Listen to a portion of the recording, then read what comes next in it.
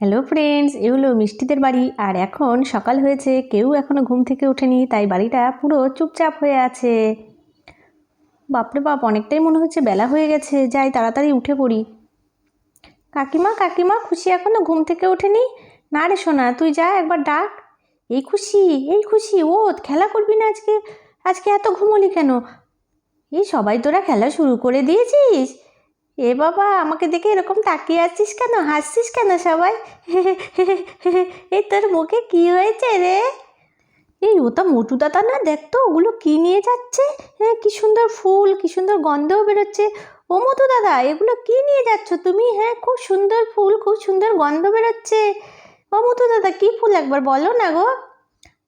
আরে আরে, এগুলো এগুলো খুব দামি ফুল রে। এগুলো এগুলো বলা যাবে না। ও মোটু দাদা, একটু বলো না কি ফুল, খুব সুন্দর গন্ধ বেরোচ্ছে তো ফুলটা দিয়ে। এই ফুল যদি গায়ে ডোলে মাখিস না, ফুল আর পাতা, তাহলে সবাই ফর্সা হয়ে যাবি। ও বাবা, তাই নাকি, তাই নাকি মোটু দাদা? হ্যাঁ হ্যাঁ। ও মোটু দাদা, তুমি তাহলে এই ফুল আমাদের কথা দিয়ে যাও না গো, আমরা সবাই একটু মাখবো।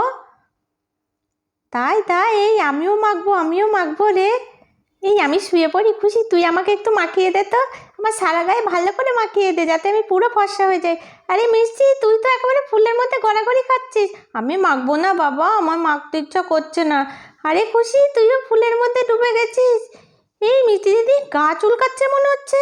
হ্যাঁ রে, ঠিকই বলেছিস রে টিঙ্কু, আমারও তো খুব গা চুলকাচ্ছে। ওরে বাবা রে, এত গা চুলকাচ্ছে কেন? এই খুশি, এই দেখ আমাদের সারা গায়ে এগুলো কি হয়ে গেল, লাল লাল চাকচাক হয়ে গেল। ভাগ্যিস আমি মাখিনি। ওরে বাবা, এই তাই তো, কি মধু দাদা তো আমাদের বুদ্ধু বানিয়েছে। এটা তো মনে হচ্ছে বিচুটি পাতার ফুল।